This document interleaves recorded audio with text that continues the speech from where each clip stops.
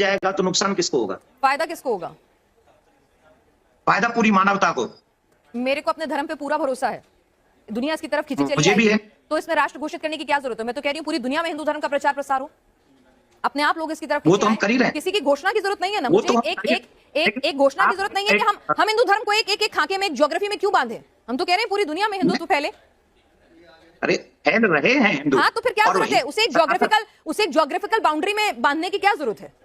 क्या जरूरत है? मैं तो कह रही हूँ कि अगर लोगों को पसंद आएगा हिंदू धर्म इतना, उसमें इतनी अच्छाइयां नजर आएंगी, तो हो सकता है America, Britain, south Africa, Antarctica से लेकर सब जगह हिंदू ही हिंदू होंगे। क्या दिक्कत है उसमें? ये तो लोगों को तय करने दीजिए ना कि इसमें इतनी अच्छी खूबियां। उसे एक ज्योग्राफिकल बाउंड्री में बांधकर क्यों कैद कर रहे हैं? अच्छा एक बात बताइए, अभी आपको लगता है कि जिन जिन जगहों के नाम आपने लिए वहां हिंदू नहीं है? बिल्कुल है। तो मैं वही तो कह रही हूँ आपसे कि ज्योग्राफिकल बाउंड्री में क्यों बांधना है? क्या सेकुलर स्टेट रहने देने में क्या दिक्कत है? क्या नुकसान हो रहा है? किसी हिंदू धर्म की जान को खतरा हो रहा है? किसी हिंदू की के साथ कोई दिक्कत हो रही है? जिस समय हम लोग आजाद हुए थे 75 साल पहले, उस समय की हालत में और आज की हालत में क्या फर्क है? नहीं, आपको क्या फर्क लगता है? आपको क्या फर्क लगता है? मुझे तो मेरा उन्नत भारत नजर आता है, आगे बढ़ता हुआ भारत नजर आता है। सुनिए, 8 से 9 स्टेटों में हिंदू अल्पसंख्यक हो गया। अच्छा। और धीरे धीरे सनातनियों का धर्म परिवर्तन कराया जा रहा है।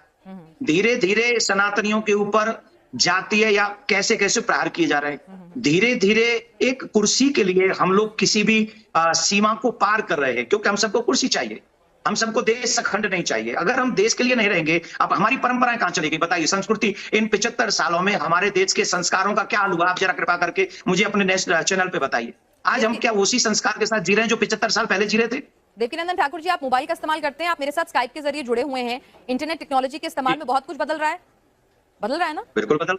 ठीक है, तो ऐसा नहीं है कि लोग बाग परंपराओं का पालन नहीं कर रहे होंगे, 5 उंगलियां बराबर नहीं होती, परंपराओं का पालन हो भी रहा है, कुछ छूट भी रही है, उनको रिवाइव करने की कोशिश भी हो रही है। क्या आपको मालूम भी है कितने माँ बाप जो है घर में बूढ़े बूढ़े अकेले पड़े और आंसू बहा रहे हैं? मैं कथावाचक हूं, मेरे पास में इतने लोग आते हैं और उनके दुख दर्द, आप क्योंकि आप पत्रकार हैं, आप एक सीमित दायरे में, मैं असीमित दायरे में जाता हूं और वहां जब दर्द सुनता हूं ना तो हृदय कांप जाता है मेरा सनातनियों का, क्योंकि वो मेरे संस्कार नहीं। दर्द इसलिए है क्योंकि माता पिता इसलिए अकेले हैं क्योंकि भारत हिंदू राष्ट्र नहीं है। मतलब एक आदमी अपने माँ बाप को छोड़ गया, इसीलिए छोड़ गया क्योंकि भारत हिंदू राष्ट्र नहीं है। इसका हिंदू राष्ट्र से क्या लेना देना है? तो संस्कार, लोगों की सेंसिटिविटी की बात है ना सर। गलत तरीके से आप मेरी चीज को गलत तरीके से प्रस्तुत कर रही है।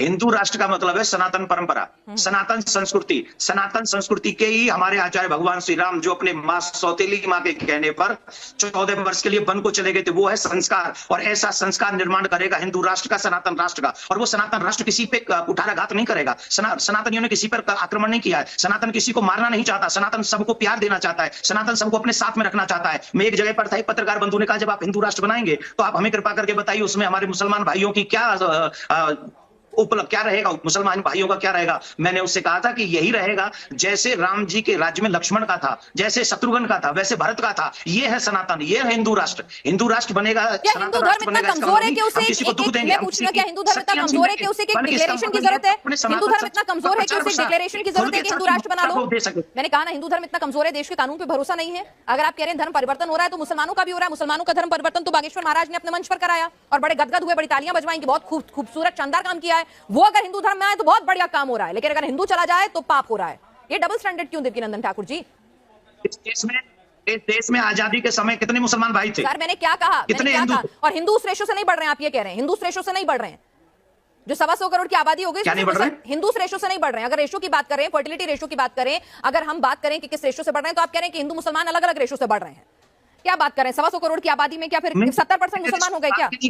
सर एक सेकंड, मैं आपसे की बात ही नहीं की। सर मैं वही आप कर रही हैं। नहीं सर, मैं आपसे ये पूछ रही हूं कि क्या हिंदू धर्म को, क्या हिंदू, एक मिनट, हमारे देश के कानून पर आपको भरोसा है? पूरा संविधान पर पूरा भरोसा है। पूरा भरोसा है। इस देश में धर्म परिवर्तन के खिलाफ कानून है और कड़े कानून बन रहे हैं।